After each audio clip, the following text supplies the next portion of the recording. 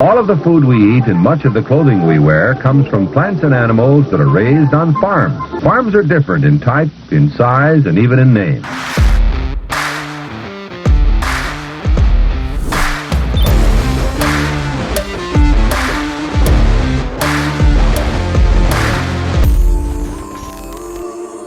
Welcome to Barn Talk. What happens at the barn stays in the barn, but not today. We're going to let it all out for you guys. Today is going to be a special guest episode that we got going. This guy came all the way down from South Dakota. Brought the cold weather with him. It is a blustery day today. We're bundled up. Thank God we bought some heaters for the farm, or for the barn. A couple winters ago, we had to move this podcast to the garage. I know. And it didn't feel like barn talk. It felt like garage talk. I'm losing it already. That's all right. It's early in the morning. Already, are you? Not drinking. Not going to drink today. I'm about ready to get back on the donut diet because I feel like my thinner self is way colder than fat self was last year. I don't like this shit.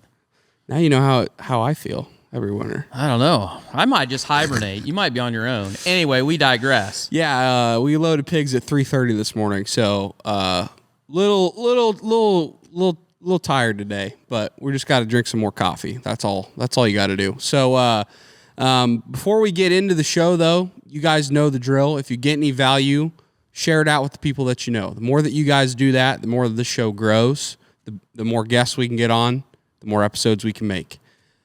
Another thing you can do to help support Barn Talk and help support us on this show is leave a review on Spotify or Apple. The more you guys do that, the more it gives our show credibility, and it helps us recruit more guests on the show. And follow us. Follow us on Spotify. Follow us on Spotify. Yeah, Spotify has really upped their game when it comes to podcasts and just the platform as a whole. You can comment on any episode on there now. You can leave a review on there. You can watch video podcasts on there. You can watch clips on there. So if you're on Spotify, get involved in the community. We're going to try our best to respond to as many comments as we can. Also, a really great place to drop your questions for Q&A episodes. So definitely check out Spotify and let us know what you think about episodes. You can also subscribe to YouTube to watch as well. Last thing you can do to help support the show and help support our family farm is you can support our direct-to-consumer meat business, Farmer Grade, farmergrade.com. We are going to be having Sonne Farms beef on the website, and that launches today, or it launched yesterday. So it is launching. He's bringing 12 head of cattle down here to get processed, and we're going to be selling it through farmergrade.com. So be looking out for that because it's going to go fast. It's going to go real fast. We're also doing holiday gift boxes for Christmas. So be looking out for that as well, and we'd love to help you out in any way we can, and you can use code BARNTALK to save 10% off your next order. Help us help you. You want to be a good gift giver, Christmas? Like I said, what better gift there is than the gift of meat? Especially cold weather, you got to keep that winter coat on. When you're trying to hibernate. That's right. Got to get on as much protein as you can. That's right. Build that muscle or build that fat, whatever suits you. Yeah, we don't have a Patreon for this podcast. We have something better. We call it the Metreon. We have a Metreon.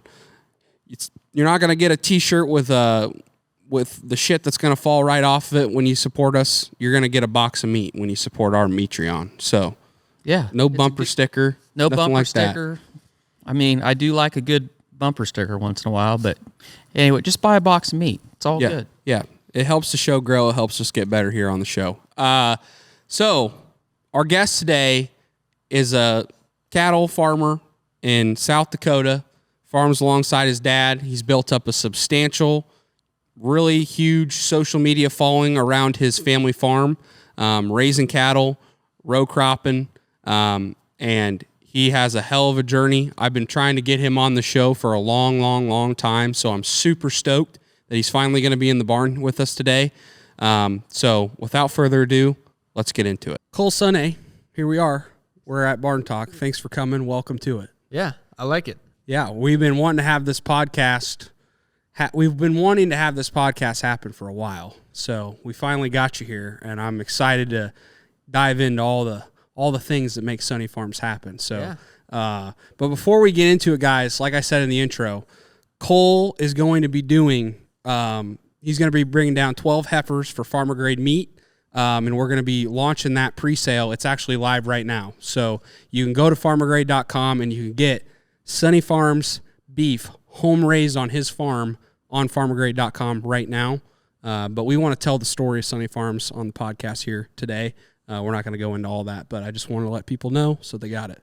Yeah, we're pretty excited about this meat sale. You know, so many viewers spend hours with us a year. They actually saw some of these. If they watched every video, they saw some of these calves get born on our farm, go out to pasture, and then come back to the feedlot and get finished. And so it's just full circle there. Just same with you guys. You know, you get wiener pigs in, you finish them out, you haul them out, and it's just, I think it's pretty amazing. This new wave, this new generation we live in, being able to do things like this, show people basically the full life cycle, and then they get to enjoy what we grow on our farm. Yeah, it's a pretty unique way of just, like, I just feel like that's our connection to the product as farmers is a story that doesn't get told enough. You know, it's not like we're making a piece of clothing. It's we're raising food, and like we have the opportunity to show it. And I feel like more and more people are getting on it, and I think it's going to be good for the consumer and just everybody involved. So it's funny because it's kind of like full circle. So, you know, you go a generation ago or 2 generations ago, people knew their butcher. People knew the people that brought beef and brought pork to the butcher shop. And then we lost all that through the power of convenience. And now we still have the convenience. We can get it shipped right to your door. But you now know, you know that circle of life. You know the person that raised that, and you know where it came from. And I think that's pretty cool. So. It is pretty cool. Before we get into the nitty gritty, tell people where they can find you. All the platforms. Yeah, we're mostly on YouTube, of course. That's our bread and butter. We're also on Facebook and Instagram and TikTok. Just if you search Sonne Farms, spell Sonne, you'll find us. Yeah, and it's not Sonne. It's Sonne. Yeah, I made the mistake. Cole had to chew my ass a few times because he's like, dude, it ain't Sonne, it's Sonne. I think I've heard you mispronounce it more than you say it right, but that's okay. Yeah. It happens a lot, and you usually know that's when it's a telemarketer calling you because it's Sonne or soon or I'm growing. I'm developing. I'm working on myself. You just got to know that the sun always shines. Yep. On Sonne Farm. That's right. That's how you remember. That's how I'll remember. The sun always shines. I was going to ask, it's crazy. Like the weather I feel like almost God knew that you were coming because, the weather has just literally turned like the last 2 days here in Southeast Iowa. And I was like, we wanted you to feel comfortable. We wanted to make you feel at home. Like home. Yeah, it feels like home. And you pretty much brought the weather with you, but we're going to make it through. That's why. It's funny. I always blame it on the Canadians, and you're blaming it on me. So it's just whoever's right north of you, it's their fault. That's right. So I guess tell us a little bit about your operation, what you guys all do, and just a little bit of history behind it. I know that's a loaded question, but we got time. We got time. Well, I'm not terribly read up on, the cool stuff about our history, but I can tell you some main ideas. And it started with my great-grandpa George, he was, I think, not even a teenager yet. He might have been 11 or 12, and he came over from the island of Bornholm, Denmark. It's a kind of a rocky hill that it's hard to make a living there, what it sounds like. And so he left with a couple of his brothers, I believe, and they came in at Ellis Island and settled in South Dakota. And then when World War I started, he went back and served. And so his job was to bring food to the front line. Okay. One day, artillery struck, killed all 4 of his mules, and he got a little shrapnel, and so he was able to go home. If that would have hit a little closer or killed him, I wouldn't be here because he had not yet found his wife or had kids. So that's kind of how we got to South Dakota, I guess. Real short and sweet. Yep. Then my grandpa farmed just about 2 or 3 miles from where my great-grandpa was.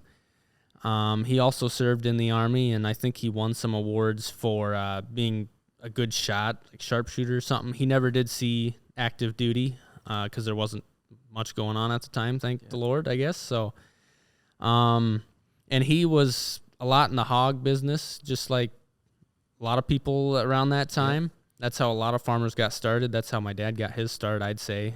Being able to turn a couple buildings. And then when the 80s kind of came and there was, you know more than me. Yep. But market got bad, and I think my dad kind of started getting more into cattle. Yep. In about 97, when I was born, my dad started selling purebred Black Angus bulls. And so he's been doing that for 27 years is how old I am. So, he worked with his brother a lot, and just it's really a story of hard work, going from dark to dark, and, taking some risks, working hard, and building something. And so I guess I was always around, here and there on weekends, helping after school, and decided to go to a 4-year college. And the day I finished my last final, I drove home as fast as I could, and I started in on the farm. Yep. So we raised corn, soybeans, Black Angus cattle, got 2 dogs, and so I guess that's kind of a short story of Sonne Farms. What made you decide to pick up the camera? So when I was in college, I just thought drones were cool, and I wanted one. So I got one, and then, now I have this drone. Take some video of us farming, raking hay, whatever's going on. And that's like, now I have some video. What am I going to do with that? It's not worth anything on this micro SD, so did some crude editing and put it on YouTube. And for some reason, a couple videos started getting some views, and it's like, that's cool. And getting some subscribers and comments, and it just kind of starts a whole new world. You're like, this is crazy. Mm-hmm. People are interested in this. And, shout out Millennial Farmer. I was watching him a lot at the time, being in college, stuck in Brookings, 2 hours from the farm, and I could kind of get back into farming by watching some of his videos. And so seeing him vlog and how he did things, I thought, well, I guess I could try that. Yep. So one day we went to ultrasound and pelvic measure, not ultrasound. We went to ultrasound and just see the development of our heifers, see if they were going to be ready for breeding. And Dad said, you should take video of this. And I thought, well, that'd be a pretty boring drone video. And he said, no, like vlog, talk to the camera. And so all I had was my iPhone 6 at the time and did it. Just took some videos, probably about 10 minutes long, and talked to the vet and had him explain what we were doing, bangs vaccinating for brucellosis, and just edited it up, put it on YouTube like I've been doing with the drone video. And, it didn't take off by any means, but I did the first one, talked to the camera, and now it's like, well, let's keep going with this. And so it was just kind of a keep going type of deal. You hit a new milestone, you're like, that's cool, and it just keeps you going, gets you more excited. And so it was part buying a drone and thinking might as well do something with it, and also my dad pushing me like, hey, you talked about it, why don't you go do it? Yeah. So that's pretty impressive that he had the forethought to encourage you. Did he know Millennial Farmer at that time too? Like, had he seen some stuff too? That's a good question. I would say he probably wasn't much into it at the time, but as soon as I started posting, I'm sure, I know Dad right now. Dad, he surfs and looks around and says, "Hey, this is new with this farm and that farm." And so I think at the time he wasn't really watching those other guys. Yeah. Yep. So like your operation, you guys do cow calf predominantly, right? And then your dad sells bulls too. Yep. So, I would say our farm is half crops, half cattle, and then on the cattle side, it's about half cow calf and half backgrounding. Okay. What is backgrounding for people that don't know? Yeah. So we get calves in to fill the feedlots. Dad likes to buy them around, and when I say we, I'm kind of just an employee of the farm. Right? I farm some of my own ground. I have some of my own cattle, but by and large, we is my dad. So just want to clarify that. Yeah. But we usually buy calves at about 400 or 500 pounds. So they're usually freshly weaned or been weaned for a month or two, and put them in the feedlot and start growing them, introducing them to corn. And so you kind of call it backgrounding because it's the step before finishing. We don't take them all the way to that 1450 or 1,500 pounds that they'd be at slaughter weight. We get them to about 8 or 9. And there's a couple reasons we do that. Number one, it keeps their options open. You know, I think back to COVID. I'm sure you hog feeders had that moment where you got pigs ready to go, nowhere to take them. Right. So it's nice for us, you know, if we get to 800 or 900, we can sell them, or we do have the option to keep going if we have to for some reason. It's also good for just our overall timing throughout the year. Usually we're buying around this time.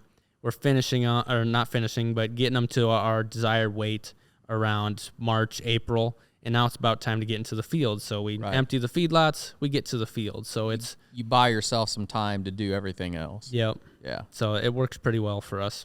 Yeah. Yep. And then your dad sells bulls, and he's been doing that. Like, does he just have the rep now where just people will call him up and say, Brian, I need two, three? Most of the sales are repeat customers, local guys. Of course, with the channel, we've been pushing into states, 2 or 3 states away. You know, people coming 1,000+ miles away, which has helped with marketing, of course, and getting them all sold.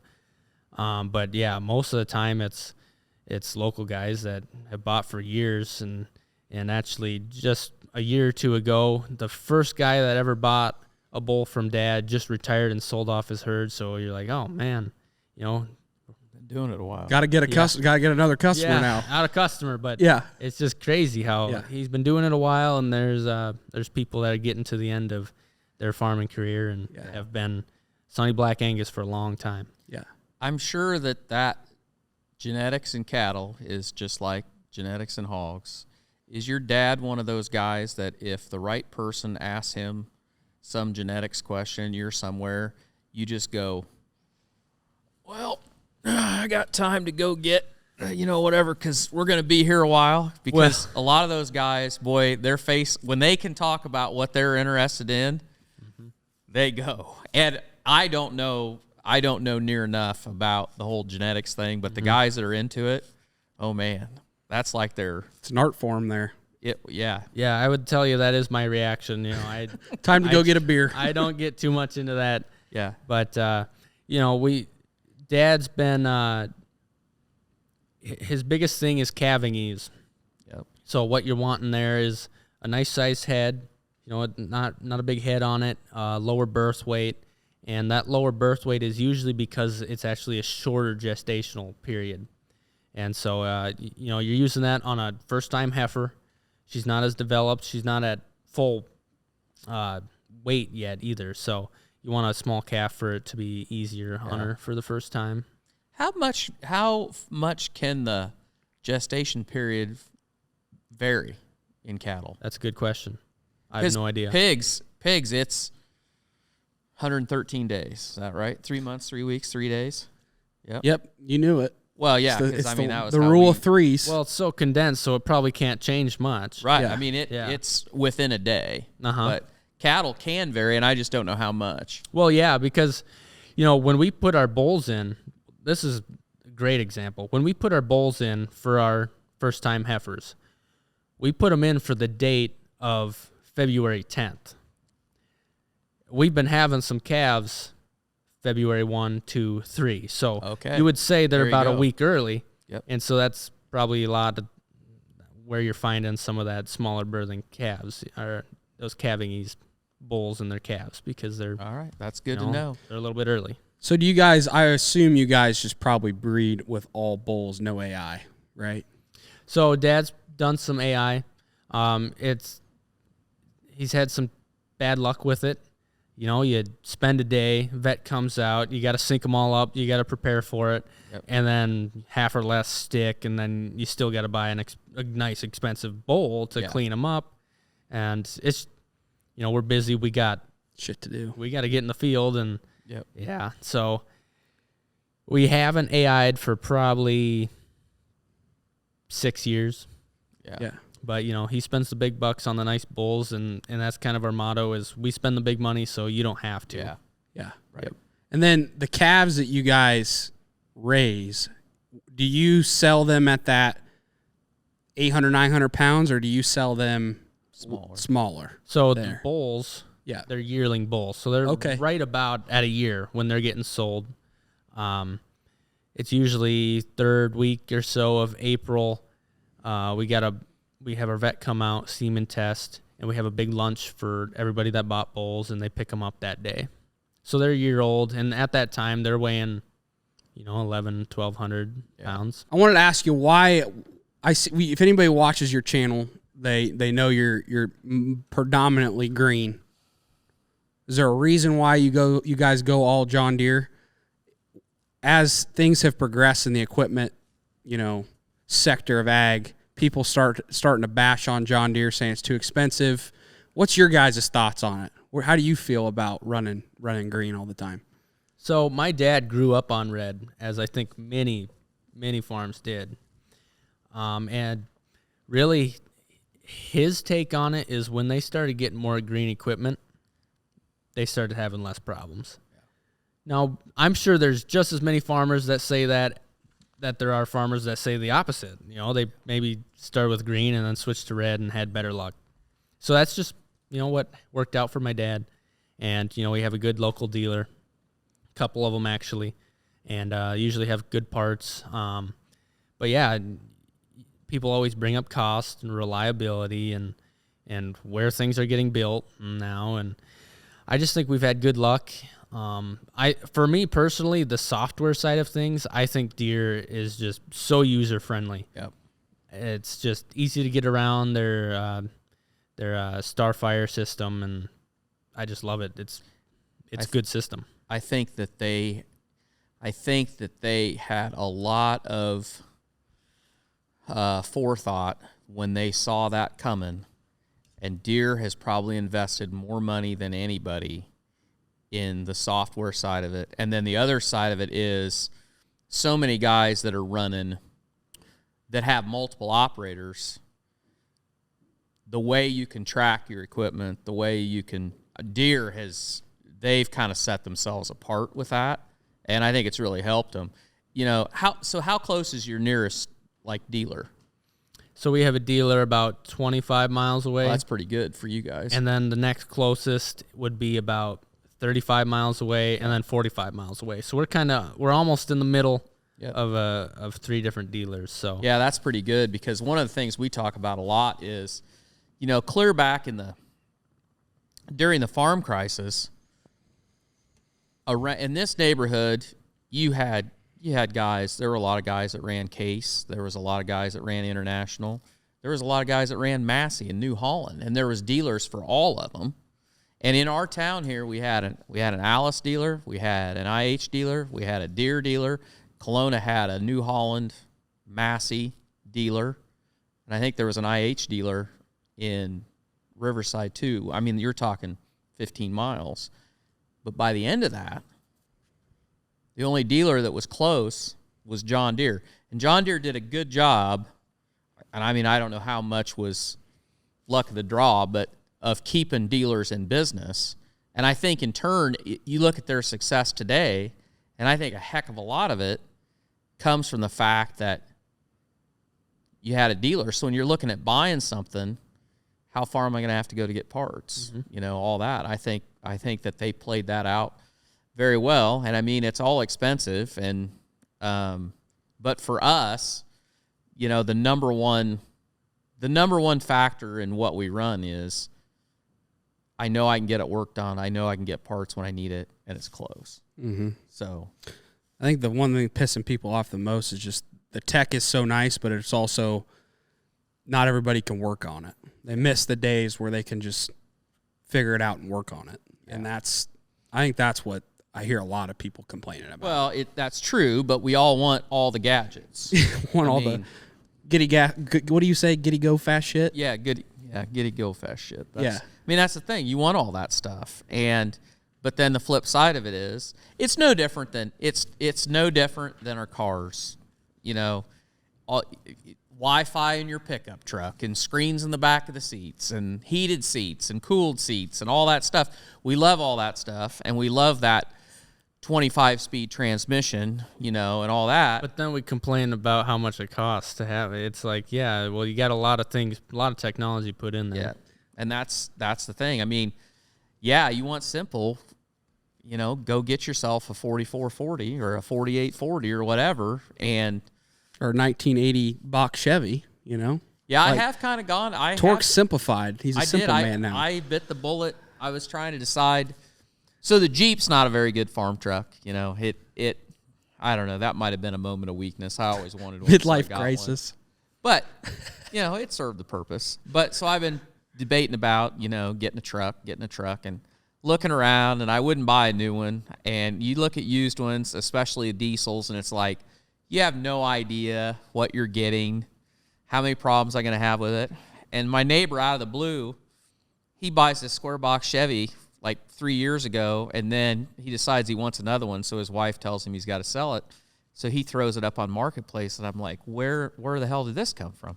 So anyway, I got a fire engine red Tunner dually, and I mean it's about as plain Jane as it comes. Mm-hmm. But you know what? It's kind of like I just kind of smile when I drive it because there's really not much that could go wrong. If it starts and if it stops, other than that, there's not much that can go wrong with it. I mean, it doesn't have seat heaters, though, and you bounce. You only spend half the time in the seat because you bounce quite a bit. But hey, it's pretty nice. No air conditioning, though, right? Well, there's air conditioning. Oh. If you have them little windows. And you turn there you them, go. You know, and the air funnels it in there. Yeah, that way. Yeah, so my farm truck is a 98 3/4 ton Chevy, and it's incredible when I park that next to my dad's 2022 3/4 ton Chevy because it makes it look like a Colorado, you know. It's so small, but you know it's got the leaf springs for it or whatever. So, but yeah, it's got 192,000 miles, and my AC is like yours. It's windows rolled down. In fact, my one window rolls down only half the time, so sometimes I almost have no AC at all. Yeah. But the AC blows cold on a day like today. Sure does. What do you like? What do you like more on your operation? You guys, I think what makes your guys' channel so awesome and your farm so awesome is you guys got a lot of shit going on all the time. Hay, we didn't even talk about hay. So is hay just kind of a necessary evil? Like, do you sell a lot of that, or it all goes into the herd? Yeah, we very rarely sell. You know, a lot of the old boys say there's a drought coming, so you never sell. And in fact, in 2019, I don't know if it was like this for you, but we had crazy amount of moisture. There was like 2 or 3 years there where we were just driving around wet spots, and it was just horrible. But we had tons of hay. And so getting into the 2020, we were like, we need to sell some of this hay. Like, some of it's just going to go bad sitting here. And so Dad sold some hay. And guess what happened? Drought started. Yep. And then a year and a half later, we're buying hay. Yep. So that kind of puts in perspective, like, yeah, maybe let's not sell some hay. Because the thing, when you're selling hay, everybody's selling hay probably. Right. And you're giving it away for like 60, 70 bucks a ton. Yeah. And then when you're buying it back, everybody's buying hay. So you're buying it for 200, 220 bucks a ton. How was hay crop up there this year? It was Did you have good moisture this year? Yeah. So this spring, it just kept raining. Yep. That's how it was here, too. You know, an inch, 2 inches here and there. And so it was actually the toughest we've had putting our crop in because we'd have to sit and wait for quite a while. It took us 6 weeks to get it in, and I think the previous years it took us less than 3, you know, because we could plug away. But we knew we were going to have hay crop and good pasture, and so this year was the least stressed I've been in a while. It's just I felt like we were going to be okay.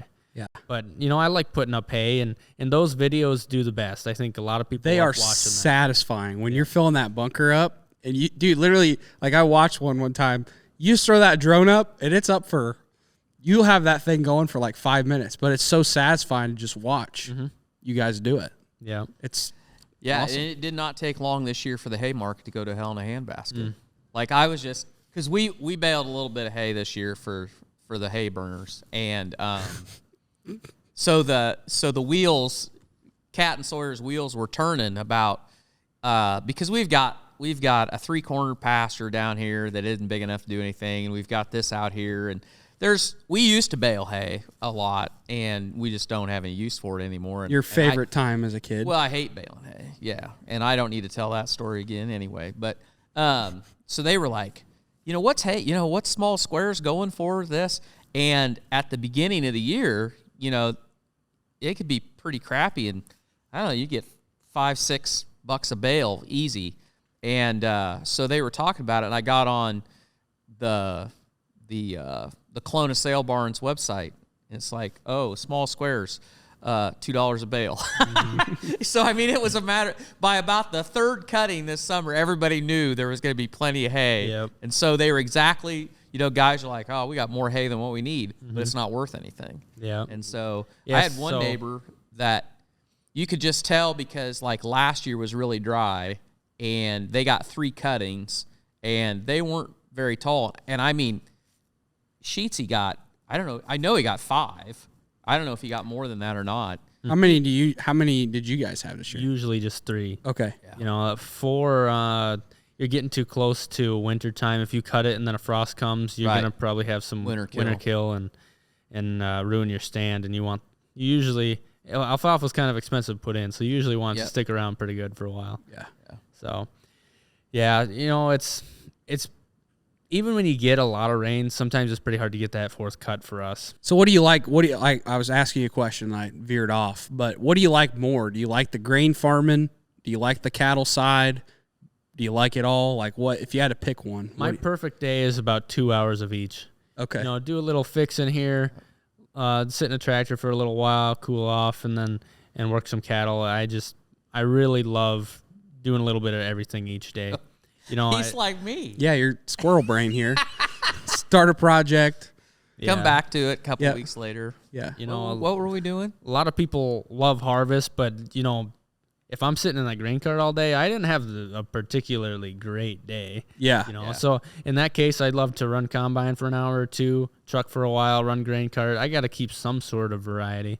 Yeah. I agree with you. Harvest is, I think there's some people out there just love it. For me, I love it, but when you just sit in a grain cart or just sit in the same spot all the time, it just wears on you a little bit. It's like, but same old shit. Get it done on time. That's what you got to do is park your butt right in that seat. Yeah.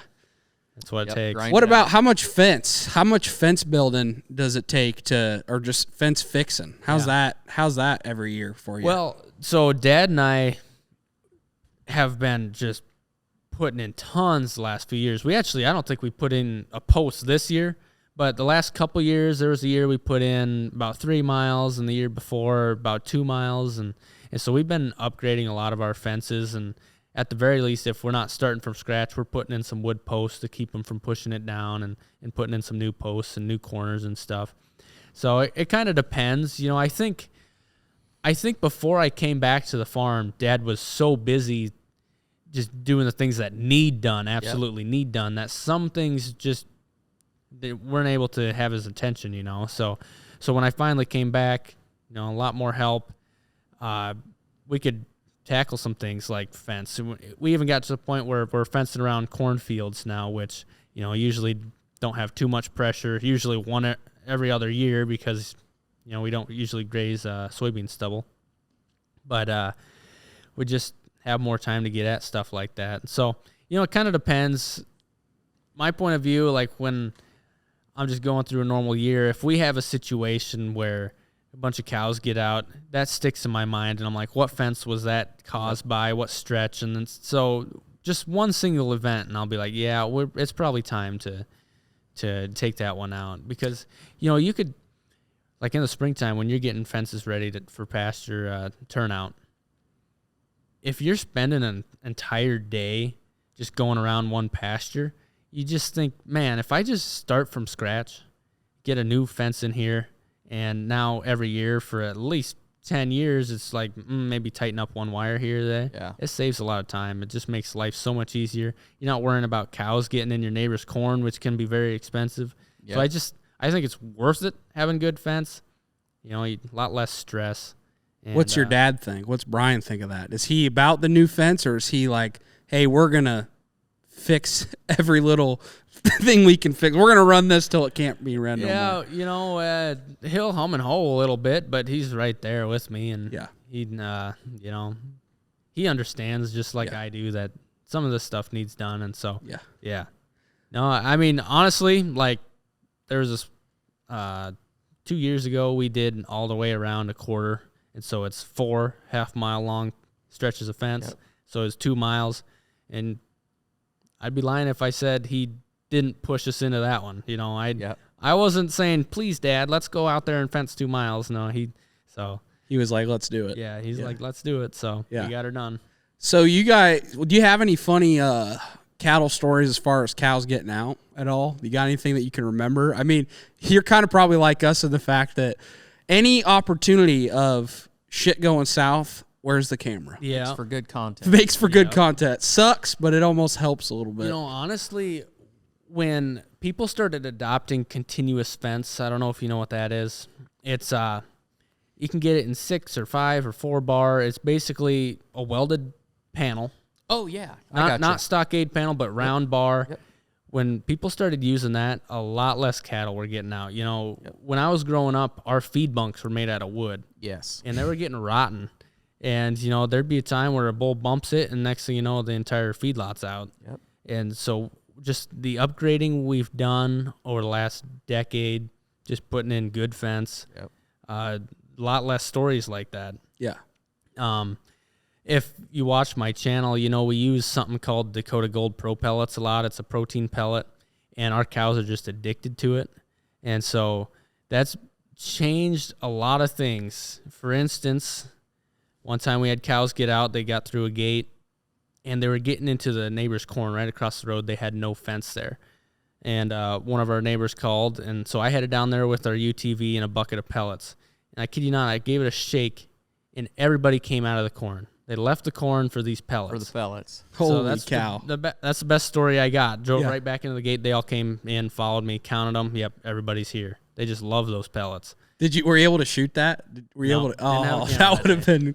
Yeah. That would have been perfect. So I'm getting to the point where if I'm not actively videoing it a day, I still try to bring the camera just in case something happens. Yep. It's hard though sometimes. I don't think people realize, doing farm YouTube or doing YouTube at all can be a grind sometimes. Sometimes you just want to, like for harvest, for instance, you can get in the routine of just every day, shooting. And it's just like, sometimes you just want to enjoy it. Probably about 20 straight days of harvest, and I made probably 6 or 7 videos, just like that. Like, I'm not going to sit in here every day and just take videos of the same old. I don't think my viewers would like it too much, and I'm so dang busy, I can't edit these videos if I shot every day anyway. Right. So, there's many days where I'm just like, I just want to farm. Yeah. And really, that's why YouTube is so important for me. It honestly allows me to farm. Yep. I picked up a few 100 acres of rental ground this year. If I didn't have YouTube, I would not have been able to take an opportunity of that. It would have taken too much capital, would have been too much of a loan at a bank. Yep.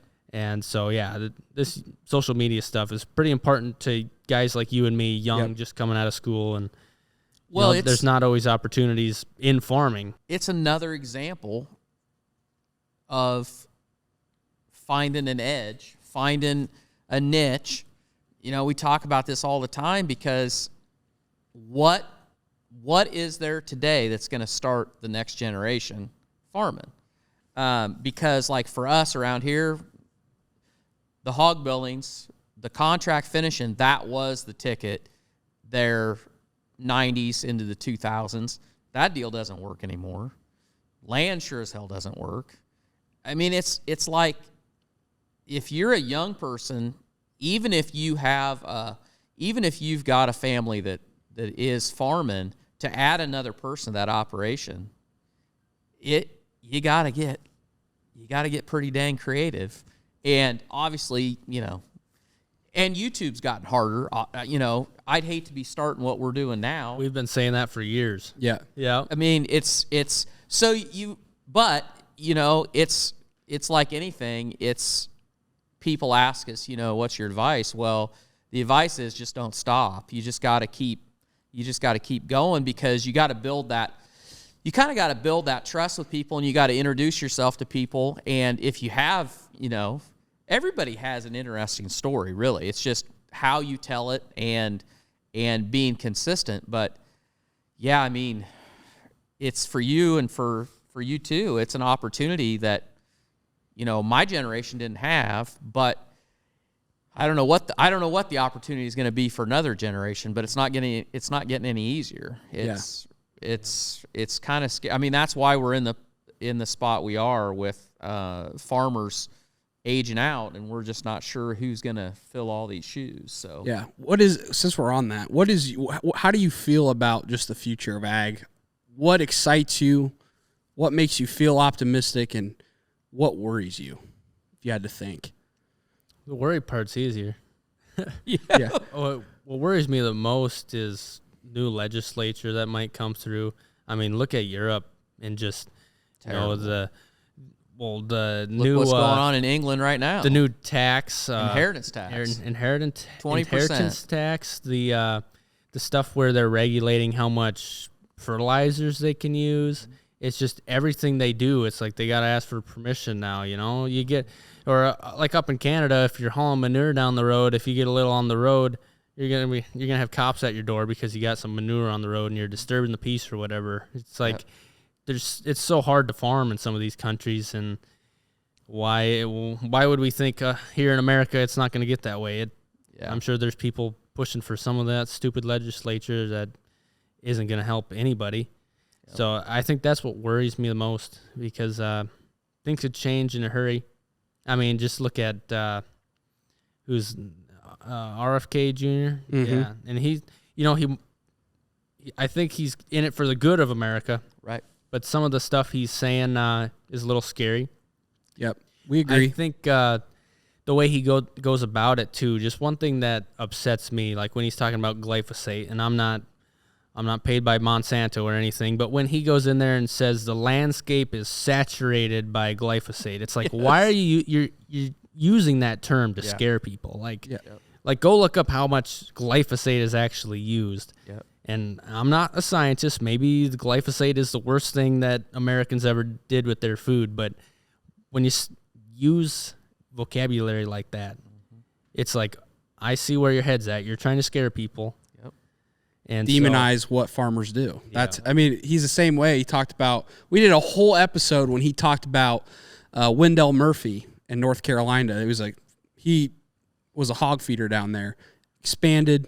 Well, he basically started the contract. I mean, he invented contract finishing for hogs. I mean, they pretty much were the start of it. And he villainized the whole, how that all happened, and it was all about money and greed and power and, terrible, terrible, terrible, and that's really not how it all played out, and it's just, he definitely concerns me. I think you're right. I think his heart is, he wants to do right by the American people, and I do think there are things that we can improve on as a food industry, meat industry, right?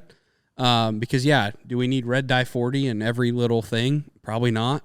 Mm-hmm. But and you demonize farmers, that's where it pisses farmers off like us, because most of the time they like to paint things with a broad brush. That's we just did an episode about just regenerative ag. Everybody asks us about regenerative ag on here. And it's like, you can't tell me to raise hogs here in Iowa in this climate when you live in Georgia with plenty of forestry. Mm-hmm. It's 70 degrees at its lowest. Works for you really well. But then you say I'm a bad farmer because I farm a different way. And I feel like the RFK Juniors of the world and those kinds of spokespeople like to just paint things with a broad brush and say everybody should do it this way. And if you don't do it this way, you're not a good farmer. And you're just in it for the money and greed. Yep. And that rubs a lot of people the wrong way. That rubs a lot of farmers the wrong way. It does. It pisses me off. It does. It pisses me off. Yeah. I don't like that. We get some great comments, man. I'll tell you what, holy cow. But okay, what excites you? I guess what excites you? What do you feel optimistic when it comes to ag? Well, it's honestly that's a pretty tough question. There's so many things against ag right now. Whether it's Brazil absolutely taking over our export markets, they're all of a sudden raising more soybeans than us, and they're going to China. And where do our beans go? Yep. Used to go to China. You talk about just the war we're at with people that have no idea what ag is like. people trying to shut us down. And it's so easy to find a bad story in agriculture because, I mean, if 1 out of 100 farmers is a bad actor, well, that means there's thousands of bad actors out there, and it's easy to find them. And, you know, I always think back to the, I think it's Fair Oaks Farm story, where some reporter went in and got video of 1 or 2 employees that were treating some animals really bad. Yep. Well, it turned out they had been reprimanded and then immediately fired. Yep. And most of the employees there did a great job, but now this one story got out in the masses. And so everyone thinks we're out there just walking around, see a cow, punch it in the face just because we can. It's like, that is farthest from the truth, you know? If I get the question, what's the number one thing you want people outside of agriculture to know? And it's just, I care so deeply for my animals. And by and large, most farmers do. Yeah. I mean, I'm a grown man, but I can say I've cried over a cow dying or a calf dying. You know, we lose sleep over it. And it's just incredible that someone will come in and say we don't care. Yeah. Or we're in it all for the money. Mm-hmm. Yeah. I mean, it's our way of life, and it's what we want to do. So, we got to make money to keep doing it.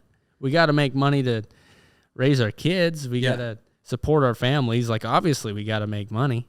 But we care so deeply about our animals. And the other thing is, I try to point out that, you know, if you're selling some cattle, are you going to make more money off one that's got a bruised eye, hasn't been fed well? Or are you going to make money off of the calm girl that walks in there? She got some flesh on her bones. She looks healthy. We have a moral and fiscal responsibility to take care of our animals the best we can. So anyone saying that farmers don't take care of them and don't care about their well-being, that's just, it don't make sense. It's not true. Yeah, it's, you know, in our business, the number one biggest expense of raising a pig is the cost of the feed to get it to market. And the best way to be the most efficient with that feed is for that pig to not have any stress, to not be too cold, to not be too hot, to not go without water, to not be wet all the time, to not be, you know, all the things. Mm-hmm. So everything that we do is incentivized to do the best by the animal for it to grow the most efficient way it can. And I don't know why people have a hard time with that. And you don't pick up a pig by its front leg. Mm-hmm. You know? Yeah. Our number one hateful comment on wiener pigs is we pit, you know, when we sort pigs, we go through the pen. If there's a fallback pig, we grab it and we grab them by the back leg. And people are like, people just don't understand that. And you know, they think that you're just torturing these pigs. And I don't know how many times I have to explain to people, it's like, well, the front leg of a pig is not attached to their body. There's no socket there. It's just muscle. If you pick them up by the front leg, you'll dislocate their shoulder, basically. Mm-hmm. That's why you grab them by the back leg. And pigs don't like to be squeezed. That's why you don't pick them up by the middle. You get them by the back leg. But you just tell that story over and over and over because people, and I don't blame them. If you didn't know any better, you grab a pig, the pig is going to squeal.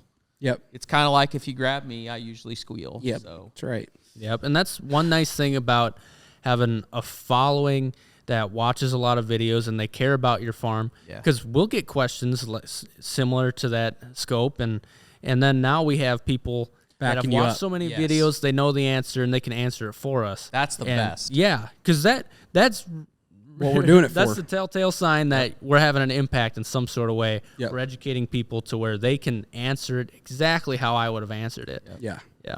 Yeah, and I think that's a good feeling. That is a good feeling. And I think what you said about there's bad actors, you know, that they like, we don't have enough good actors showing, not actors, I shouldn't say actors, I should say good farmers showing what we're doing. You know, there is an incentive for organizations to find bad farmers, bad eggs, and highlight what they do.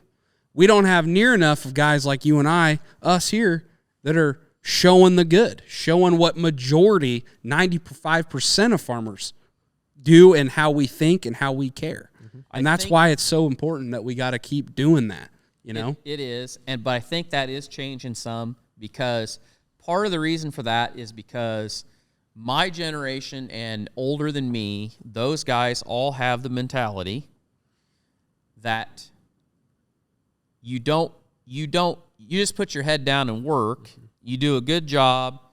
You put in the hours. You put in the work. The rest of it will take care of yourself. We're not going to brag about it. We're not going to say, hey, look at me. That is an entire generation of farmers.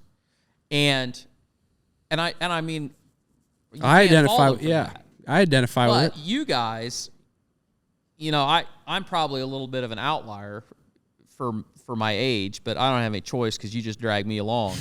But you guys and younger generations, they realize the power, and they're more excited. They're more excited to use social media to show what they do. And so I think we're in a better spot. I think more people are showing what they do, and I think it's a lot like the media in general. So we're coming out of a time where all of the modes that people got their information were very narrow, like very narrow. You had networks, and that's where all the news came from. And like this election cycle, there's a whole bunch of people that woke up and said, what are all these podcasts? Where'd this come from? And the spread of that, people get their information from so many more ways, so many more sources today than what they ever used to. So that bad information, nobody has a stranglehold on the truth anymore.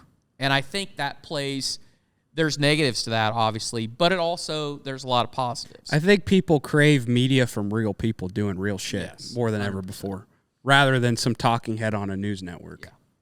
With their makeup and which I was wondering if there was going to be a makeup artist today. We don't quite have the budget for that yet. Next time you come, maybe we'll have that in the budget. We also don't have a shitter up here yet either. We're working on that. That's the next step. But we do got a bar. We got the most important thing. We start with the important stuff, and we're working backwards. Yeah. Although, in hindsight, bar with at least a pisser probably would have been, because one without the other is problematic, especially when you have to go up and down a spiral staircase. Because the more you enjoy one, the more dangerous getting to the outdoor facility is, and our insurance is not good. So I don't know.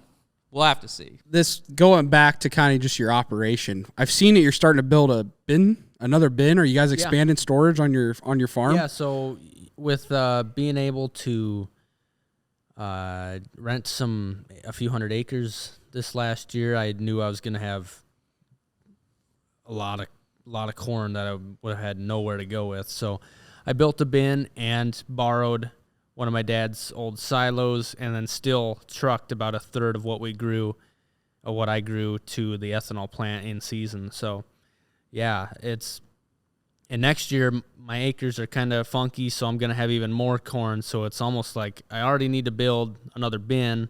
Yep. But that's $100,000. Yep. So Yep. yeah. The days of $1 a bushel for a bin are long gone times 3. What is it? Is it 3? Can you get it made for $3 a bushel? It's about 3. Yeah. Yeah, pretty close to 3. Hindsight, I should have built more bins back when I first started. Would have been. Yeah, you should have. But I didn't have any more money then than I do now. That's the story with everything, land but do you feel like now, going forward, are we going to think that same thing about lands? Like, I should have been buying then, or do you think we're kind of plateauing out here? Boy, we talk about this a lot. Well, everybody's talking about it. I mean, it's hot topic. So the conventional wisdom is the only time you should buy land is when it's for sale, regardless of price, because they're not making any more of it. It's always going to be, and it's our business to where if you don't have it, you're not in the business. So that's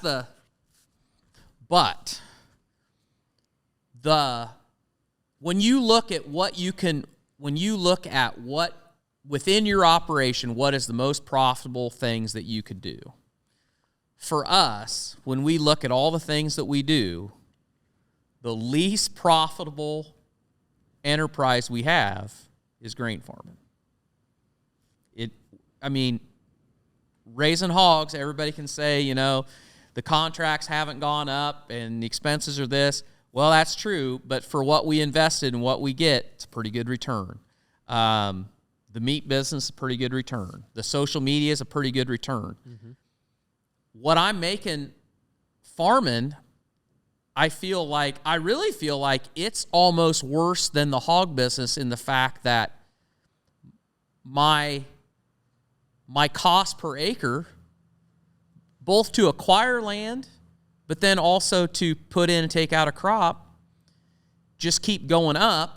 And what I can hope to get for a return on that, I don't care how good of a creative marketer you are, you're kind of capped. I mean, yeah, we all think, I don't know if $7 corn's coming back or not, but if it does, it turns around and bites you in the other foot if you're feeding it to cattle or we're feeding it to pigs or whatever. So if I had the choice of if I had the money to invest in something, I don't necessarily know if I would buy that. I would have to think long and hard whether I invested in some other part of my operation or whether I actually bought that land. Mm-hmm. Now, renting, it's a different deal. If it's in the right spot and it fits what you need, maybe that's a deal. But like around here, there's too many guys around here that are paying $50 an acre over what they should be paying already because they want to farm the world. And I don't know, that runs in cycles, you know. You get these guys and they're going to be the biggest farmer in the world and they're out and they're renting ground up and they're paying over everybody else, and then, oh, lo and behold, something happens and they're not farming anymore, you know. So I don't know. Do you think it keeps going up though? No, I think land is plateaued out because here's why. You look at what the financial markets are doing, and the thought process, the prospects of what people think Trump are going to do for business. The sentiment is that there's going to be less regulation. There's going to be more investment in infrastructure and in business. Less taxes. So the flight to safety, I feel like, unless our good friend Joe Biden drags us into World War III before he gets out of office, dumbass. But barring that, I feel like the flight to safety has leveled off, and land is like the gold standard of safety. You know, if you really feel like the stock market is top heavy, if you really feel like gold can't run anymore, if you really feel like, you know, you can't live off the interest of bonds, you're buying land, and land has ran up. But if you're more optimistic, I feel like land is topped out. And now how long it takes it to soften, I don't know. Maybe it doesn't soften, but I think the run up is done. This is not paid financial advice. I am not a, financial advisor, even though I play one in my own head. Yeah, I don't know where it goes. I hope it doesn't keep going up because it's already too damn expensive. But I do think you got a point. I mean, I think there was a time in there where everything was so uncertain. You had a lot of outside guys buying land just for the investment and renting it out.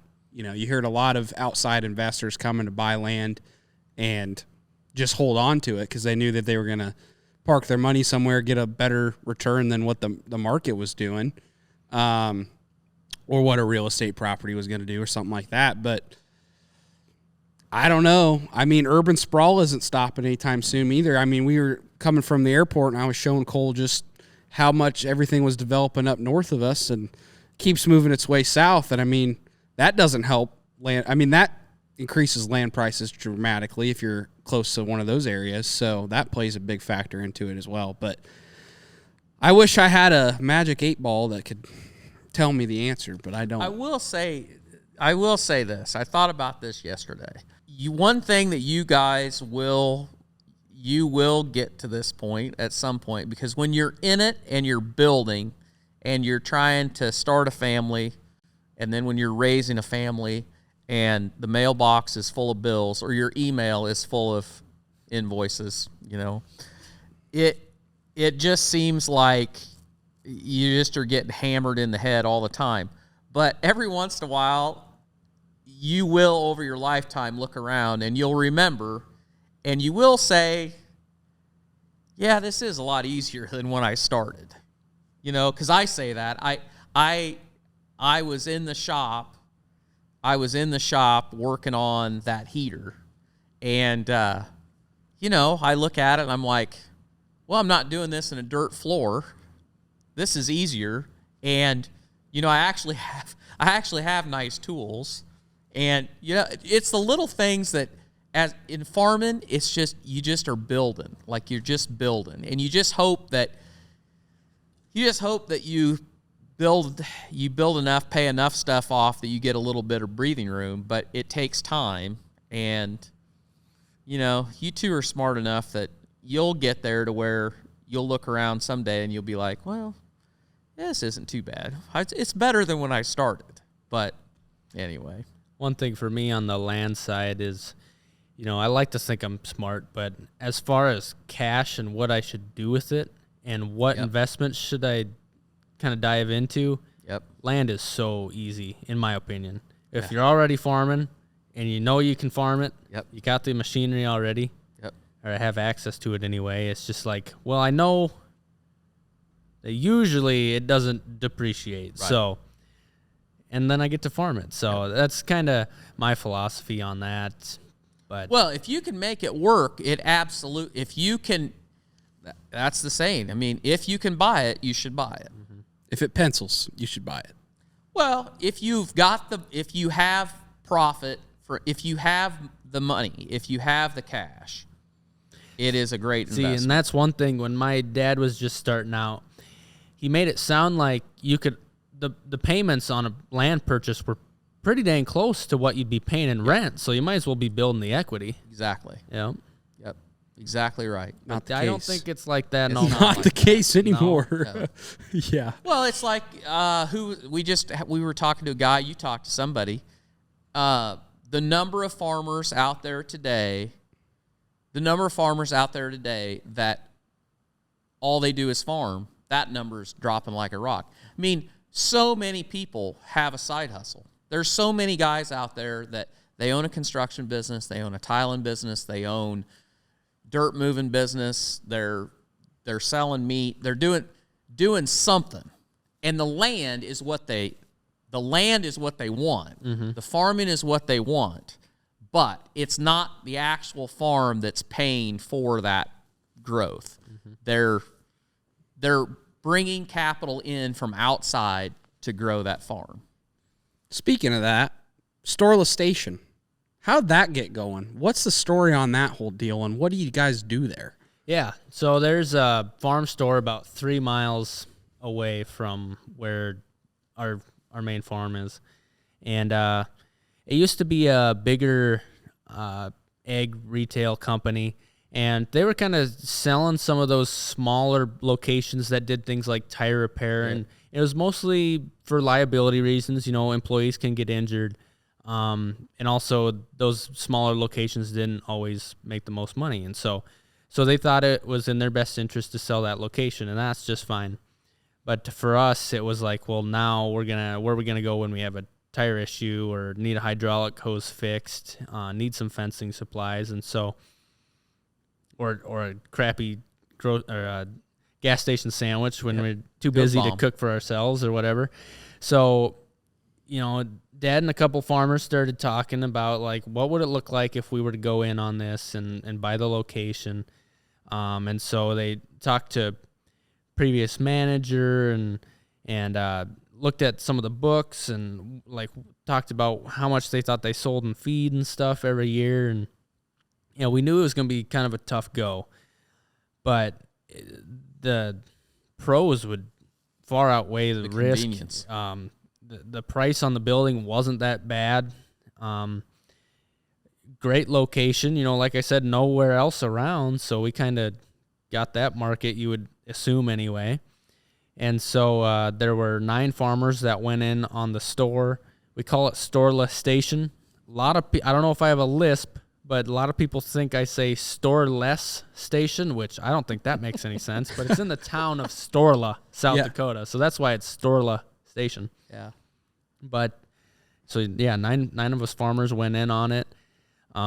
Basically bought the building, put enough money in to start building some inventory, and kind of expanded a little bit. We got way more into fencing, have tons of fencing supplies around. We now have weld-on gates. We got feed bunks. We got drive-through gates. And then the biggest thing, in my opinion, and personally, because it's benefited us a lot, is adding vet supplies. You know, you're working cattle, you run short of pour or whatever, we would have had to drive 25 minutes to go get it one way. And now it's 3 miles down the road. So that benefits us a lot. But also, Dad thinks, his whole point was, when I go to a vet store, I'm spending $1,000. Yeah. Like, there's vaccines, $5-10 a head on some of that stuff. Like, it's a lot of revenue. And so it just made sense. I mean, Dad just thinks about how much he spends himself, and we're hopefully going to have more customers than just Dad. But Right. So that's been really great, just having a lot more things that we need in everyday life on the farm 3 miles away. Do they have pie? Do we have pie? Yeah, pie there. Pie. Pizza, Tombstone. We do have ice cream. Oh, that's just bars. there's a plus. So, like a a Twix plus. ice cream or whatever. All right, there you go. Might be worth the trip for me then. Tell him about that story of that farmer, of that kid that we know that his dad goes to the mall and gets a tombstone. It seems that farmers do like a good tombstone pizza. Oh gosh. So well, it's cheap. Yeah, all cheap. That's right. A kid that, I actually, he used to work for me when I was in previous life, but he farms down south of us, and everybody knows the sprawl of Dollar General. Dollar General is popping up in every little town everywhere. Well, the little town they live in got a Dollar General, and it's the newest thing that's been built there in 30 years probably. Yep. And all the locals call it the mall. It's the mall. Oh gosh. But this guy, his dad, cattle guy, probably doesn't necessarily take the best care of himself, and he's always ready for winter. He's carrying a few extra pounds. His wife bugging him to go to the doctor. So he finally goes, and, you need to cut back on sweets. Your blood pressure's too high. You're not getting enough exercise, all that. So the wife and this kid's mom, she's very focused on this. And so go through the fridge, go through the cupboards.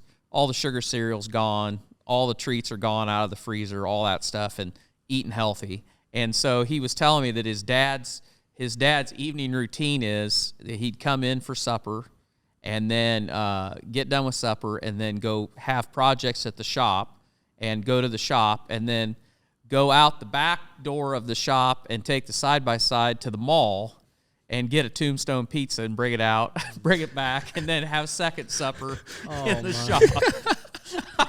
So you made a good decision. That, you know what? There's probably more guys like that than you know. Yeah. So your hottest item's gonna be a Tombstone pizza. Going to the mall. Yeah, that's awesome. Well, so has it been a good deal then? Like, are you guys happy that you went out and did that? I mean, it sounds. Just the idea of it's pretty freaking awesome. We had one goal, and that was to keep it open. Yeah. Yes. And we didn't care if we were making a bunch of money or just enough to keep the doors open. We wanted to keep the doors open. For the convenience of your own use. And I got the comment the other day, when I'm videoing, some days I'll need to go grab a gate over at Storla Station or whatever. And I got the comment, well, it's easy to go buy a gate when you own the store and get it for a better price. And piss you off. That's the furthest from the truth, because we get bad deals because we own the store.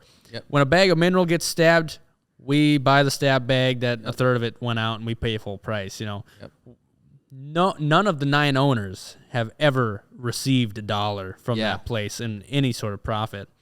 So we just want it open. Yeah. Yep. People are just cynical. That's all there is to They it. are cynical. One thing social media will teach you is people are just dicks sometimes. Mm-hmm. They just are. Well, I think what I've learned in the time that we've done this is really people are simple. People are simple, and just about half the world sees things one way and half sees it another. I mean, it's as simple as that, because some of the comments that we get, like a comment like that, there are just people that how they perceive anything is just totally opposite from how I see it. And Well, it's sometimes all you can do is laugh. I mean, that's the thing about that comment is that's not even reality. They think the business owner is fucking everybody over, but in reality, you're really fucking yourself over because you're To offer like, a service to everybody else. Yeah, right. You're trying to do something right to keep it open. That's your intention, but they look at the business owner like they're the evil greedy guy, right? And that sucks. I thought you were going to say we've learned a few things, like you sound like Tony Stewart and Sawyer has autism. Yeah. Because I stutter too much. So somebody straight up asked me, like, does Sawyer have autism or has he got Down syndrome or something? Because he just stumbles way too much. And Well, I'm I like, just want to thanks, say man. for the record, I've never once thought that for a second. Oh, thank you. You're I appreciate it. I've always kind of hoped that somebody would ask me if I had Tourette's, but So I got something kind of funny on that end. So I have a retainer in right here. Yep. I was essentially bullied into getting Invisalign through YouTube. And it needed done. If you've watched my older video, I had a pretty big gap teeth in the front here. Yep. And just, I should have got it done anyway. But yeah, going through the first year or so of putting videos out there, you can type in keywords that get blocked. So when someone comments it doesn't go through. One of my keywords was gap and the other one tooth, like I was sick of reading about my gap teeth. Yeah. And so I was like, yeah, Mom, I think I need to get Invisalign. Yeah. So yeah, I got Invisalign basically because I was bullied. Yep. yeah. Hey, but now I look a little better. Yeah, so. there you go.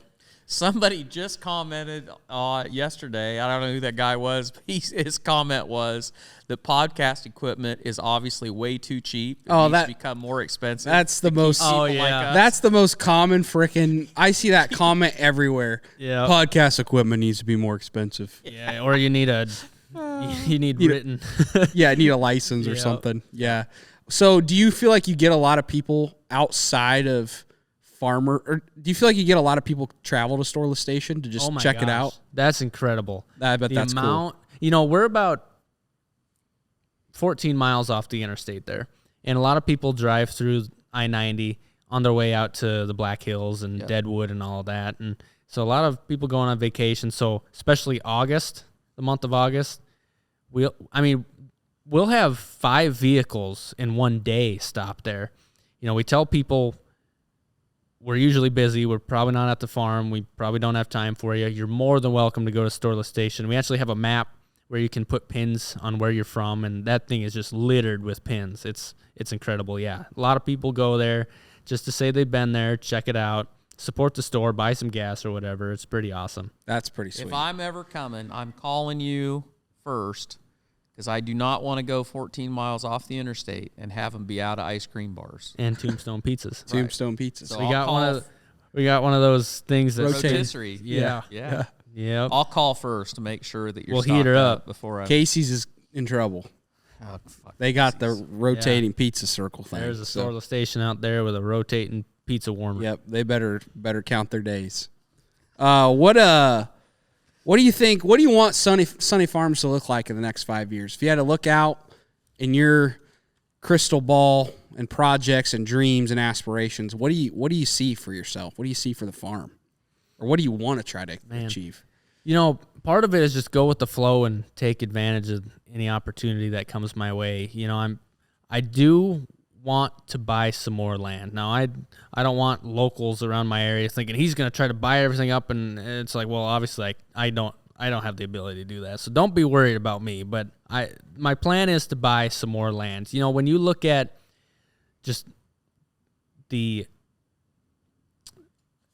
successful farmers as a scope, what they have most in common is they probably bought some land. They've got a base. And it's probably most of it's paid off, And so I think if I have the cash and I don't have to get too deep in debt and it looks like an okay deal close by, that helps a lot. Just, I think with overall morale of a field couple miles away versus 20 miles away. Like you're going to get stuff done. I think it's way more profitable.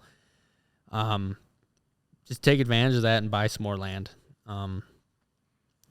I have no goal to get 2, 3, 4 employees or anything like that and start pushing out into other areas. Like that doesn't sound like fun.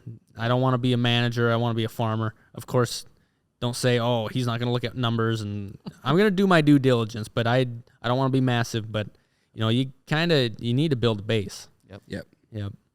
Now on the fun side, in the next 5 years, I want to spray foam our big machine shed. It's about a 60 by 120. Turn that into a big shop. Just battery issues and cold starts, and just I don't like it.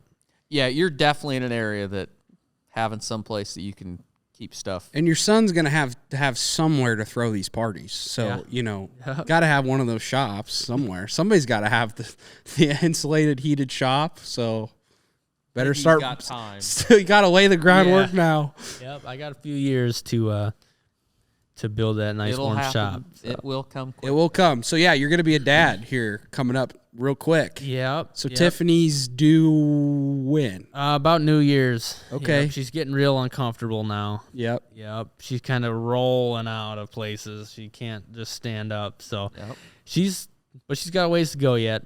It's on one side, we're like, looking at it from the point of view of you're uncomfortable now, you're going to be uncomfortable because you got this much time left. But then it's also like, man, 6 weeks. Like, we're going to have to take care of another human being in 6 weeks. It's different perspective. You're excited, but are you also scared a little bit? Like, how do you feel about it overall? We're mostly excited. Yeah. I'm not too scared because I have her. Yeah. And I know she's going to be home for the first 12 weeks. So that helps a lot. Yeah. And I think she'll be a good mother. And I got 2 older brothers. One of them has 3 babies. One of them has 2. And so I can bounce questions and ideas off of them. And my mom and dad live 3 miles away. So got a sitter if you need it. Yeah. She said she's not going to become a slave to the child, but she will watch him every once in a while. So she doesn't want to retire and then give up her freedom, Yeah. Because that's one thing my parents haven't had much of is a freedom. They've both been working. I mean, just like you guys have, day in, day out, trying to build something, starting from scratch. I think that's one of the things that is the biggest. That's one of the biggest differences, I think, with building a business that lasts or being successful is your generation has kind of made it sexy, entrepreneurship and, starting these businesses and all that. But I think what a lot of people don't understand is it takes a level of dedication. There's a lot of people out there that should just work for somebody else and punch out and go home because they don't realize what that's, when you make that commitment, years. You don't ever punch out. Sacrifice. You can either make $20 an hour working 8-hour days, or you can work $10 an hour working 16-hour days, but you don't have to answer to anybody. Right. Yeah. And it's all what that's worth to you. Mm-hmm. Yep. But it is true. It is true. Like, I mean, and I've done both. I have done both. But, when he messaged, a former coworker of mine drove by yesterday and saw my curtain that tore the living shit out of it from a south wind. And it was supposed to be getting fixed anyway, and they're here today fixing it. But anyway, he drove by and messaged me and said, holy cow, did you see your curtain was ripped? And I said, yeah, why didn't you stop and help me fix it? And he told me he had to get to the office because he had a meeting. And I told him, I said, yeah, I would stitch that back together myself before I would go to another office meeting. And he gave me a very lively response because he's about to the point where I don't think he has a whole lot of office meetings left in him before he just goes out on his own. But, yeah, I mean, you just have to decide. There's trade-offs with either one of them. That's right. That's the thing. People glamorize one side, they glamorize the other, but the truth is there's trade-offs with both sides of it. But you're 100%. It's what it's worth to make your own decisions and not be beholden to somebody else. I got a question. Speaking of just about future in ag, what do you think about carbon credits?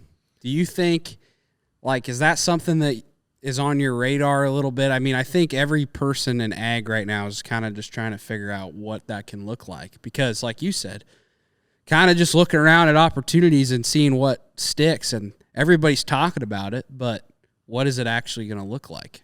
Well, I think a lot of farmers that are scared of it is because you don't know what they're going to do with that information in the end. They could entice you with, you get so many more pennies per bushel or whatever, and then next thing you know, 5 years down the road, it's you have to be meeting these different things, otherwise you're getting shut down or whatever. So I understand why anybody would have a reserve about it, and I'm not read up on it too much, and I think even the people that know quite a bit about it still are pretty confused about it as well. Yep. But, yeah, I mean, just our local ethanol plant talking about carbon intensity, and you can get so much more sense, and in an hour time fill out some paperwork and talk about some of your farming practices. You can probably qualify for a penny or 2 or 3 per bushel, but just like what I said earlier, what scares me most about the future of ag is different legislature that we haven't heard of yet. If they start tying into carbon credits and they say, okay, well, you're not doing as much as this guy, now what's the issue here? And then they start creating new bills and as long as the carrot doesn't turn into a stick. Mm-hmm. And that's the problem with government, is they're usually pretty good with the carrot on the front end. It's like Ronnie Reagan said. That's why we got to have guns. Shoot our way out. Yep. You can vote your way into socialism, but you got to shoot your way out. That's the hard part about it. So, well, if all the rest of the country can't have ag, and then we can't have ag, there's going to be a whole lot of. I mean, I shouldn't say not have ag, but if it's going to be really hard to be a farmer everywhere, some point that's going to catch up. Some point, someone's going to say, "I don't like spending $40 for a pound of hamburger that was raised organically and was pet every day and rubbed down with butter, or it's not even hamburger." Yeah, I got to drink Fiji water or whatever they make you do in the end. It's Or where the fuck's the ground beef? Where's my ground beef? Where is it on the shelf? There's no food. Yeah, true. So, I agree. That's a good point. That doesn't get talked about enough, but I think you're right on the money. Well, Given too much information. We know where there's ground beef. Yep, farmer grade. That's right. Yeah, in your plans there, I was throwing you a softball because I'm trying to see, do you have any plans or growing your own herd so we can run some more cattle through farmer grade and sell some more Sonne Farm beef? Well, I got bad news on that front, actually. Oh boy. Yeah. Don't shoot me here. No, you're all right. But, no, the one pasture that I rent, the rent has gone up every year the past 3 years. And so it's finally we've had enough. So I think we're going to be getting rid of a couple pastures, but we'll still have plenty. Dad's going to have to let me in on some of his stuff, and he's thinking about retiring in the next however many years anyway. So yeah, it's kind of a bummer. It's the first thing I ever rented, first any sort of farming that I did with my own money, and having to get rid of this first pasture is kind of. How many cows do you guys run? Yeah. Or do you know? Oh yeah, I know. You can give me a range. Yeah, I don't know. Well, so part of that is when I say we, it's usually my dad, and, right? And so I don't want to speak for him, but I guess I'm very comfortable with talking about how much I farm. Up to this point, I've had 35 cows. Okay. Yeah. Yep. And up until this year, when I rented a good chunk of land, I was farming about 200 acres. Yeah. Yep. Now, out of respect for my landlord, I don't want to say how much he owned or that's fine. Yeah. Is your desire to, as your dad cuts back, do you want to do you want to have as many cattle as you're running today? Is your goal to have more than what you're running today? So Dad not only runs cows on pastures he owns, he also rents some more about 20 miles away. And if I were the guy in charge, I wouldn't be able to handle it, especially assuming Dad's retiring, so he's not going to be there. He's not going to work as much. Right. That's kind of the whole point. So in that situation, I plan to always, until the day I retire, fill the pastures that he owns, or if I were to buy a pasture, fill that. Yeah. But I don't plan to rent as many acres of pasture. Just anyway. out of labor concerns. With the farmland, I would definitely farm all that, and still try to buy some more farmland. Cool. Yep. Maybe finish out a few more cattle. Yeah. Someday, Be a maybe. feedlot. Hey, we're building one right now. All right. There you go. That's all I needed. I just needed a little glimpse. Just gotta look. We just poured a 110-foot bunk line last Monday.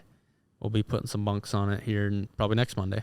So are you looking to use that to finish out your own cattle, or is that more for the bull side of it? So that's kind of for, most importantly, is we like to calve heifers in that pen. Okay. It's a good location, and it's a lot nicer not having we have some bottomless bunks that you can move around. Yep. So when we drive into the pen, sometimes the cattle run out.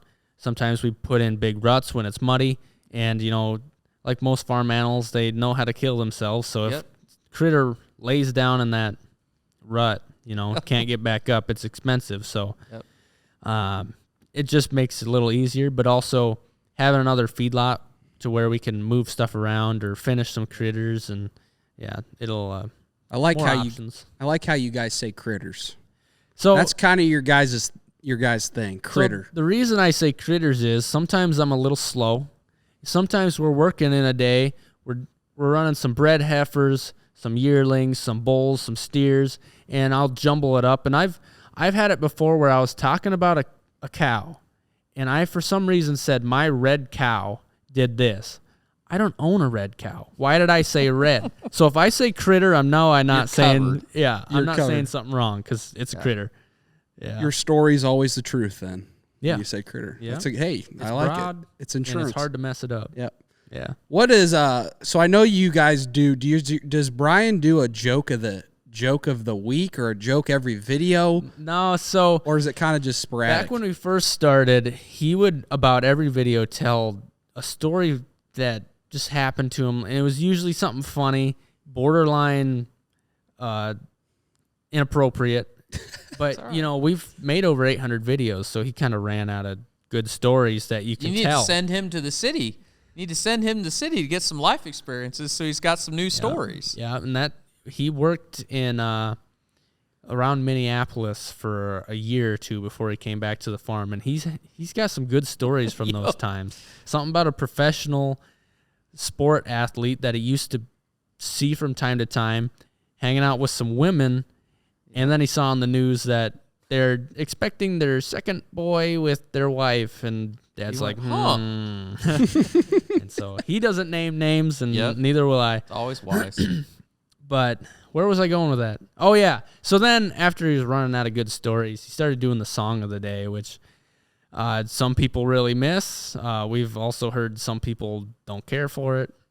And I don't know. In the last 3 months about, he's kind of stopped doing that. It's kind of repetitive, he thought, and some people just said, hey, don't like the song of the day. So, kind of like how I got bullied into Invisalign, he got bullied into no more song of the day. Yep. So, right. Do you have a joke that is worth telling on Barn Talk, if you can remember it? That's one of his favorites, or story or something? Well, we gotta pay tribute to Brian in some way. To the point, I don't have any new. I'm where he is. Like, I don't have any new stories. Yeah, we got to pay tribute to Brian in some way since he couldn't make it. I wouldn't do it justice if I told any, I think, but have you ever heard of the Ollie and whoever? There's these stories called Olga. Is it Olga and Ollie? Yeah. Yes. He tells some of them. Yep. And those are pretty funny. They are pretty funny. There's one in particular where Olga and Ollie wanted to go to this who is it? The something boys, some band way back when from California. Beach Boys? Beach Boys, yeah, there it is. How did I forget that? I'm old. Anyway, but they could only afford one ticket. And so Ollie said, well, I'll go and I'll get you a souvenir.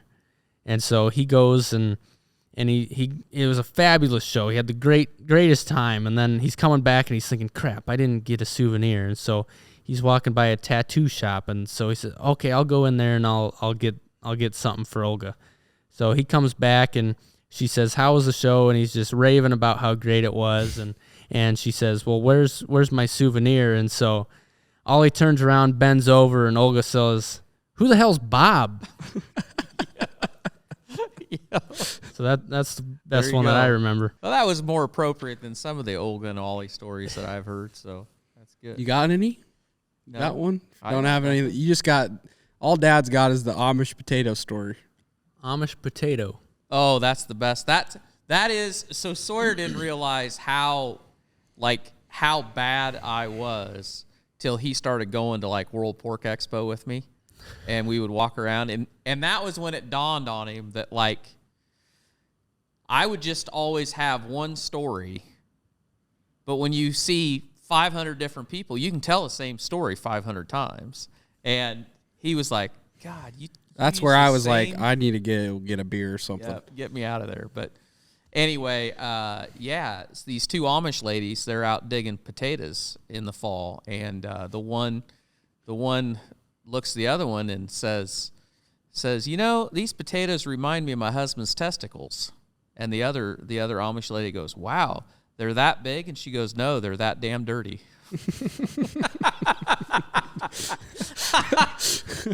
Never gets old. That one never gets old. Nope, and it's short and sweet, so that makes it good. Fast. But so what, you talked about how you like the flexibility of selling your cattle and having the opportunity, if you decided you wanted to finish them out, you would.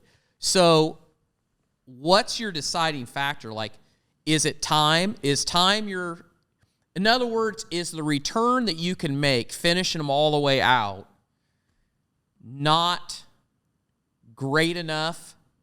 Like, how do you weigh that out? Yeah. So, I mean, to start with, we usually just have the mindset we're selling them at about 900 pounds. Yep. And then also the markets, how they're doing, what that looks like, the futures, and if it makes sense. Are we going to make money now, or are we going to take a bath?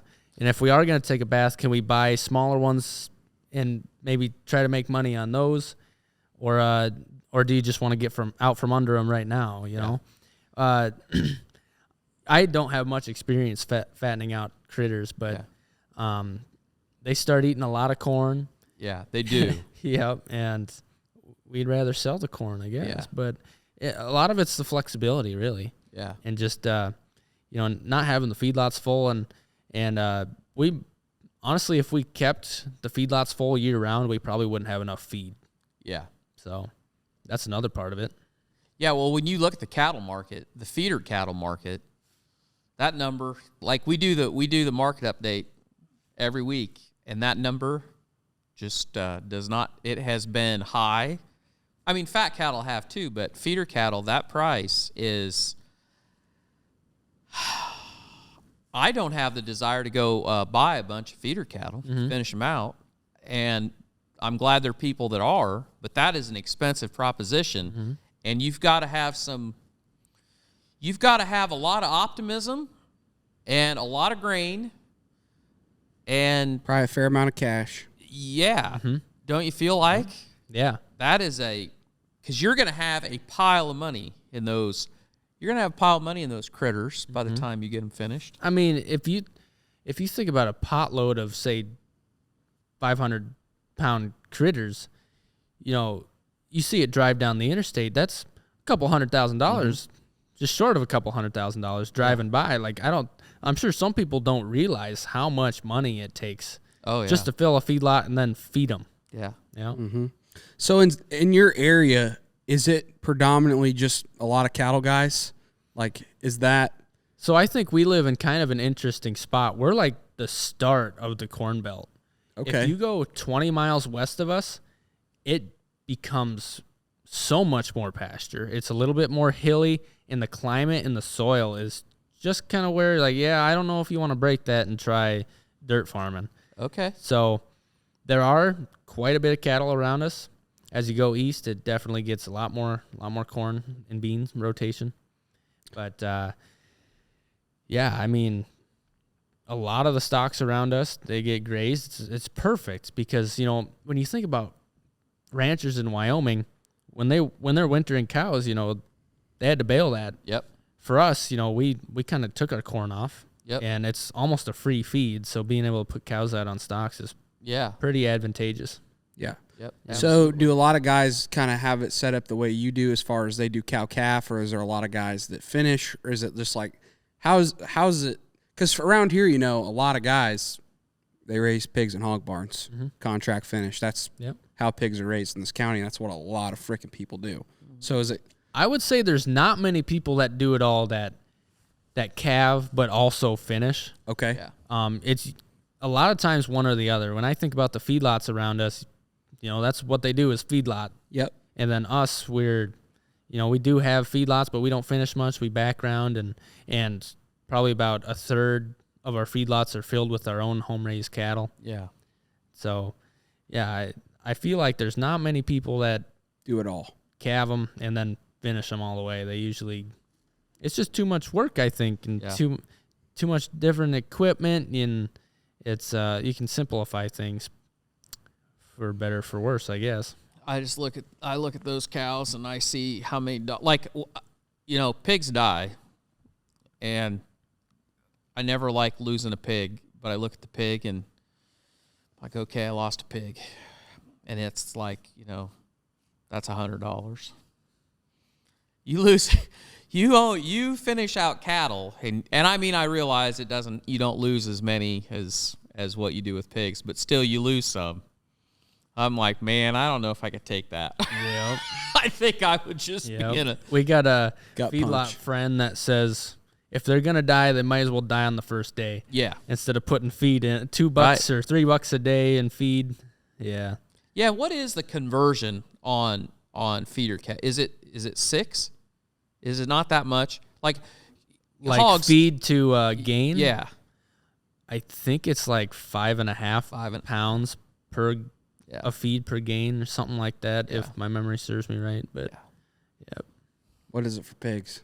3, little less than 3. And that's another thing, you know, gestational period and just time it takes to finish a hog versus a cow. Yep. I mean, you know, when we have a heifer calf and then we want to breed it and then have a calf, it's going to take 2 years, and then, you know, to be able to market that calf is going to take longer. So you get a lot of time in some of these things, you know. Yeah, that's exactly right. Yeah, I mean, a pig will, you know, gain, I think it's about 1.8 pounds a day, something like that. I mean, they grow pretty fast. It's a pretty quick, you can turn your money over. I mean, that's the whole reason why hogs, you know, back in the day got going in. My dad always said, like, when you went up the Riverside Road, every farmer had a few sows, because it was that you could turn your money over quick. Now they might have had some cows. A lot of people had cows they milked, but a few people might have had cattle that they fed out. But everybody had pigs because you could turn your money over fast, and that's what you use to pay the bills. So it was like the pig thing, because I didn't even realize like that you're like in South Dakota, people were doing pigs back in that heyday too. Yeah, and in fact, one of our calving buildings is a hog building that Dad used to. He finished in. He finished in that. So it just was kind of just was it just a Midwest thing? Like it was a Midwest thing. I mean, when you think the Carolinas, think about David Newman we had on the podcast here Missouri. A couple weeks ago. And that's practically down to Arkansas. And to this day, Prestige, they finish all their pigs in Iowa, but they farrow all them down in Arkansas, Mississippi, and they were. So I mean, hogs. That was an animal that just about every small farmer raised to some degree. And then, the market changed. The biggest thing I feel like the thing that changed it more than anything else was the disease price.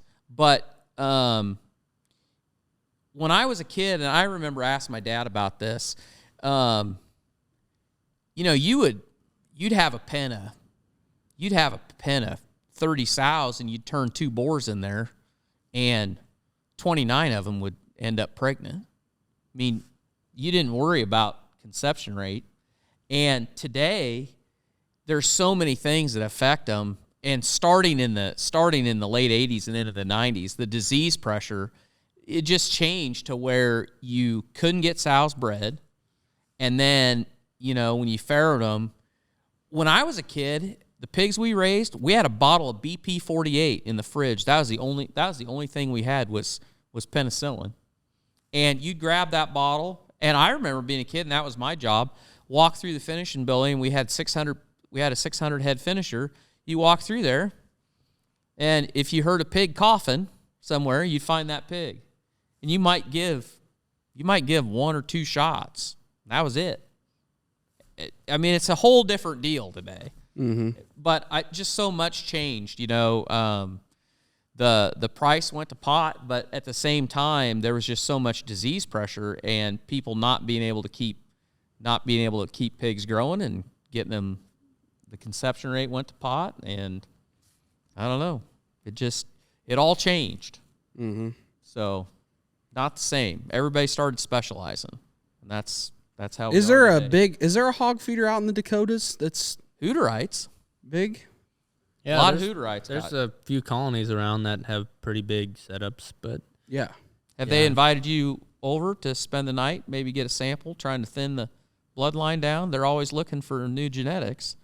We're not talking about the hog side either. I realize that. No, I actually was at a colony, though, during harvest. I had a tire with something sticking into it, and so there's a colony right by where we were harvesting, and landlord's good friends with him, and so pulled in there and had about 6 guys fix me up real quick, and so it's incredible the stuff they have, and a lot of it's They make homemade, everything. This is even like 15 years ago. Dad was selling bulls to one of our local colonies. 15 years ago, they had a homemade computerized plasma cutter that they built. Mm-hmm. Like the things that these people can do is incredible. Yeah. Yeah.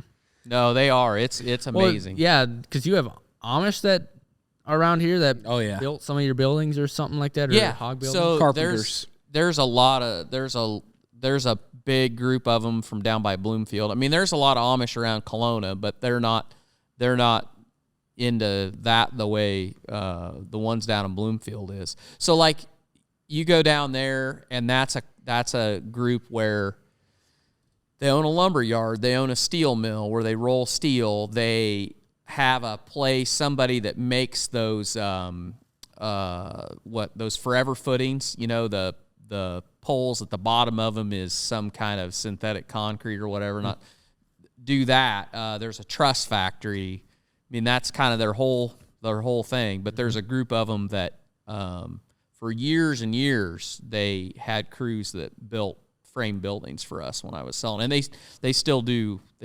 Well, they did the roof on this, but a lot of that is dictated by the bishop as to what they can, like how modern they can be, and we've gotten into that before. Like, so every clip we put out. Yeah, these aren't true Amish. Yeah.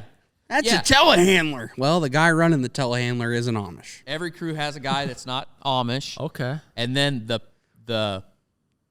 driver parish, they lease the telehandler, and they have a guy that's not Amish that runs it. So they can lease it because it's for the betterment of the community, but none of their people run it. And like Same they with run the air van. tools, but they run them off a gas-powered generator. And now then the bishops decided that if you have a gas-powered generator that's charging electric tools, that's okay too.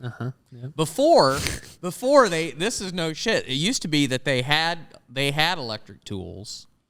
Well, somebody had electric tools. Probably the guy that was the driver, telehandler. And if they were working on your stuff, if we had temporary power there, those guys would be all about it. They'd bring out all these cordless tools, and they would charge them there, but they weren't supposed to use them if they were charged off of anything other than a gas-powered generator. So there's a lot of loopholes. So they work them, man. They do. They work it for all it's worth. So, but hey, I wouldn't want to. I wouldn't want to be bills Amish. to pay, mouths to feed. That's right. So I like deodorant. Huh? I like deodorant. Yeah. Yeah. It's true. Okay, well, I think that's going to wrap it up, guys. I think we got all our words out. Cole, really appreciate you coming on the show, man, making the trip all the way from South Dakota. If you guys want to buy some homegrown Sonne Farms beef, go to farmergrade.com. It's going to go fast. There's a limited amount. Cole only brought 12 heifers down, so when it's gone, it's gone. So if you want a ribeye, you want a T-bone, you want a strip, you want some ground beef, get it while you can. We appreciate all your guys' support. Share the show if you got any value. Leave a review on Spotify or Apple, and we'll see you back here next week for another episode.